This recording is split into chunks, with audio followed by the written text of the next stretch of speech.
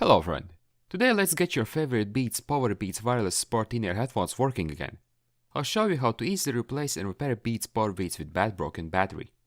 For this task, as always, you'll need some do-it-yourself tools that you can pick up from your grandma. You'll also need to buy a suitable replacement, the link will be in the description. Before we start this DIY microsurgery operation, take a multimeter and make sure the battery you ordered is healthy. Measure the voltage. It should be between 4.2 to 3.7 volts. As you can see, we have it at 3.85. Perfect! The battery is under this plastic cover, but it's important that the battery is on the right side of the earphone. Otherwise, you'll disassemble the wrong side, prolonging the whole process.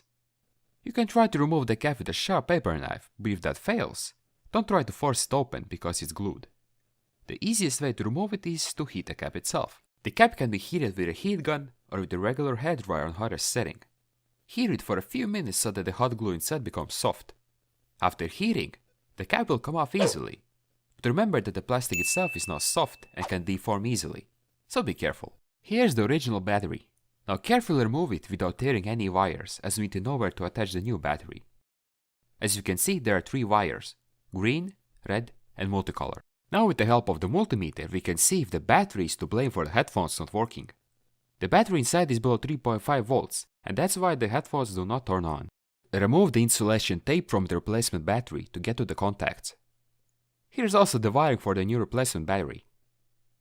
The next task is to disconnect the old battery by unsoldering the existing 3 wires. Also unsolder all the wires of the new battery. Now the hardest part of this whole DIY task: soldering the old wires to the new battery. This requires 110% accuracy. Multicolor wire at P-, red at P+, and green at T. It's not that crazy if you do it precisely. Take the previously removed or new insulating tape and stick it on existing contacts to prevent short circuits. And then you can put the new battery inside. Use a little bit of glue to lock the plastic cover back in place.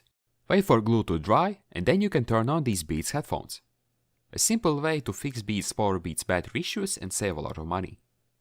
As always, don't forget to like and subscribe to support our money saving DIYs. If you have any questions or suggestions, as always, you're welcome to leave them in the comment section. Once again, thanks and goodbye.